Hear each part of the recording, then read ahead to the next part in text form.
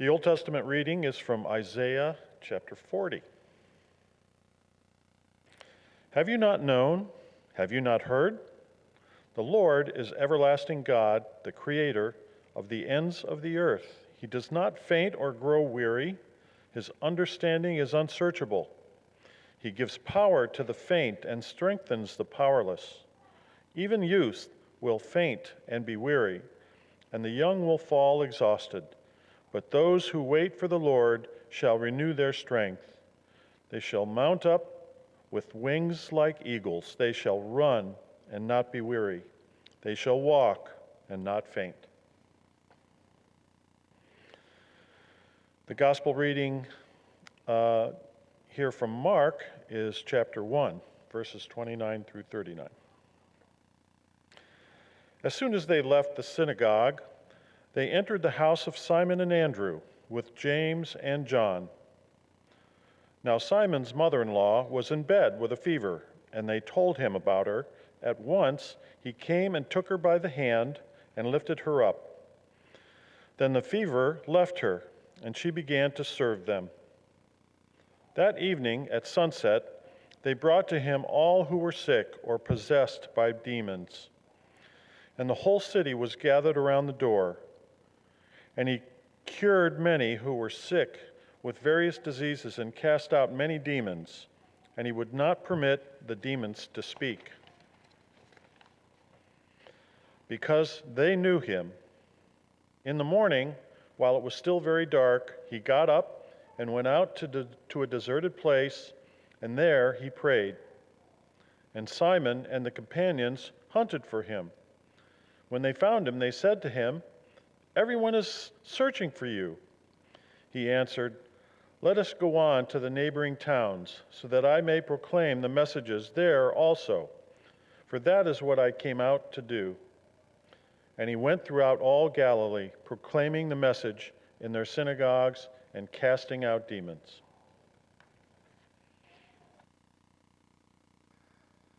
The word of God for the people of God. Thank you so much, Ron, for reading to us this morning. Have you ever had a busy day? No. Or maybe I should ask, have you ever had a day which was not busy? What keeps you going? Caffeine? I see some of you sipping on your coffee. Energy bars? What is it? What gives you energy during the day? Think about this for a second or so, because the text Ron just read to us from the gospel makes me just tired looking at it. Go, go, go, go, go. Poor Jesus didn't have time enough to pray, and Simon just come on, stop praying, there are people waiting for you. What does Jesus do? He stops praying and serves the people. What keeps you going? Let's let that sit for a little bit. So, it's a busy day, and we are still in Mark's chapter 1. I told you last week that Mark is the shortest one, is the oldest one, and probably a little bit of plagiarism going on between Matthew and Luke from Mark, but we don't go there right now. It's not for us to decide if or not how much they're copied. However, in Mark, still in chapter 1, if you would read the same story in Matthew and in Luke, we would be in either chapter 4 or in chapter 8. So Mark is very precise. He is not fluffy and fluttery. He's much more maybe like an elementary school child. And he did this, and then he did this, and then he did this, and then he did that. Very short sentences. And when he uses words, they're used with purpose. So let us go on for a little hunt about the purpose of words, especially one word. I'm going to go into a little bit of detail. Last week, it was Jesus' first public encounter in a synagogue, and Jesus cast out a demon. And today, without a beat, we go on.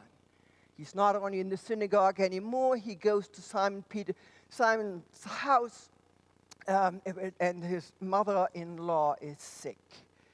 Andrew and James and John are there as well, and I can imagine that house is pretty crowded right now. However, the hostess is sick with a fever, a high fever. and no modern medicines, no pharmacists around who can just maybe give you some ibuprofen or whatever else they gave you at that time.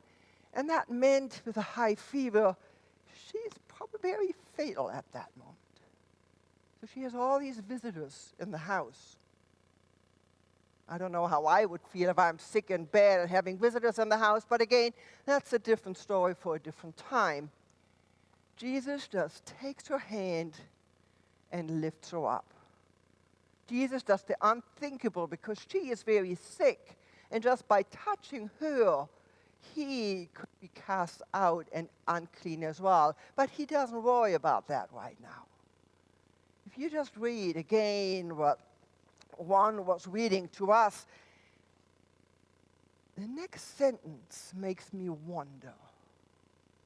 The next sentence, because all it says to here, then the fever left her, okay, she's healthy, and she began to serve them. She's sick, with a high fever, just got well, and has nothing better to do than to make sandwiches for the guys?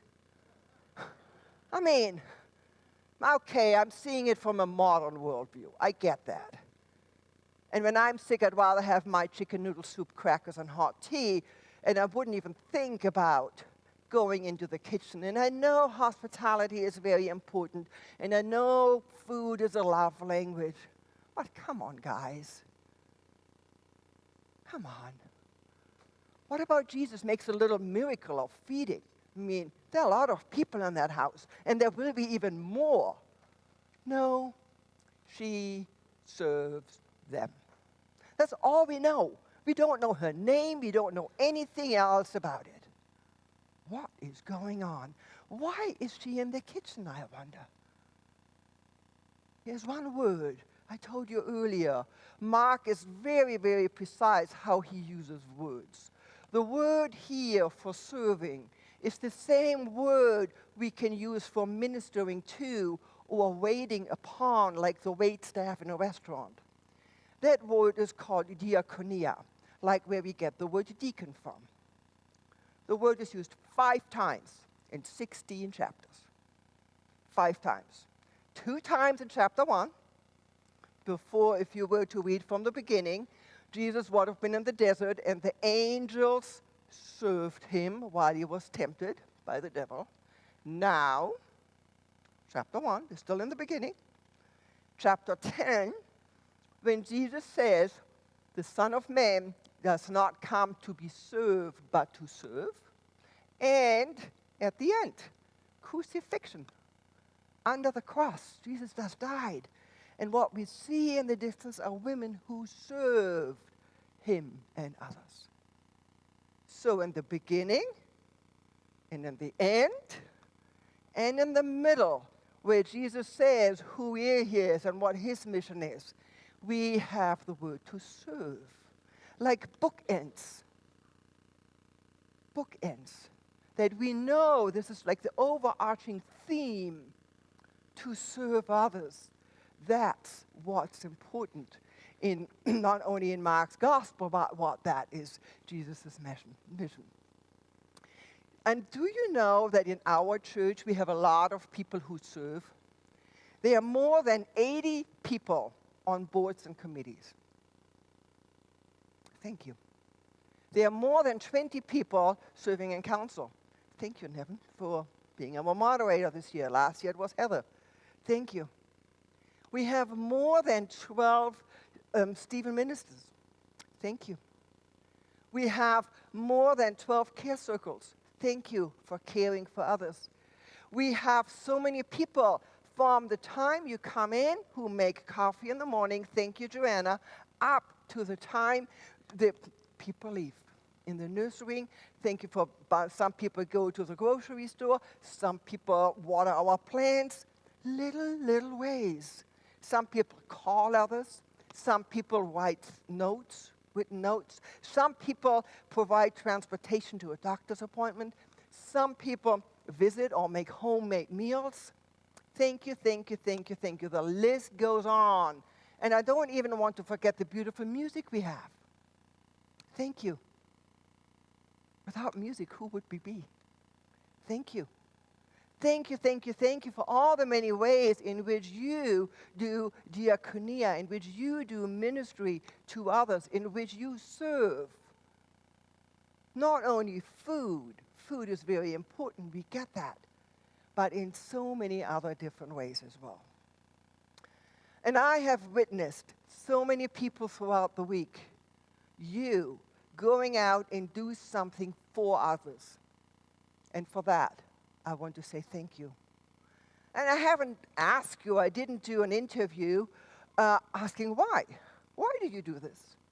But knowing you, I assume you are there for others because you know that's the right thing to do.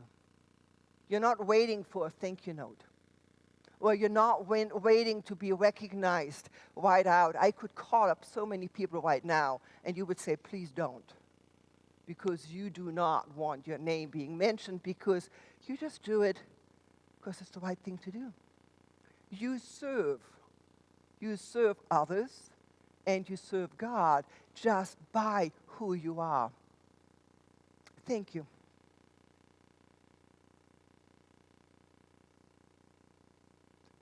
Diaconia, you said it's serving, ministering you, and her meal, if you read it, strengthen them so that actually Jesus can do what he was asked to do. Just continue to read.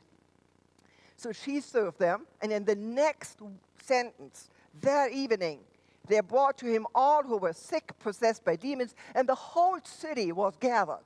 What a busy house, I can tell you that. All of them gathered at her house, and she was just sick, and she made food, and I'm sure she makes more and more and more food because of all these people there. And Jesus' fame spreads all around. Makes me wonder, what gives them strength? She was served first and healed.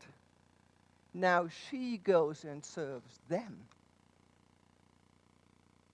Not because of thank you. We have no idea who she is. We don't know her name. All what we know is she's Simon's mother-in-law in relationship to one of the disciples. But that's not important. First of all, actions speak louder than words. And secondly, why she is remembered till now is for what she did and not of who she was, of what she did to others. And this might be just a single meal. We have no idea what she served. And please do not underestimate the power of a single meal, or the power of a single serving, or the power of a single good deed you're doing. You might never know. You might never get a thank you card. You might never get the applause. You might never be on the highlight and all the attention on you. But one little serving to others can make all the difference in the world. Just like she did. Because without that meal, how would Jesus have continued with all the other people to serve, serve, serve, serve, serve? I asked her earlier on, what gives you energy when you have a busy day? Maybe it's caffeine. Maybe it's Mountain Dew. Maybe it's another energy bar. I don't know. But I hope it will be something more. In a couple of minutes, we are going to be served right here at this table. You are going to be served. We all are going to be served with a meal. And my prayer is for all of you that this meal can strengthen you to go out and do. That you will be transformed, and just with God's power, that this single meal can give you the energy and strength to go, go, go, go, go, go. Whatever this is, you're going to go. Whatever you want to do, so that we can do and follow. Because 5 times in Mark's gospel, it means to serve from the beginning to the end. And we are here to continue to serve, just like she was the first minister to all. We can all serve We can all be ministers. Let's do it. Amen.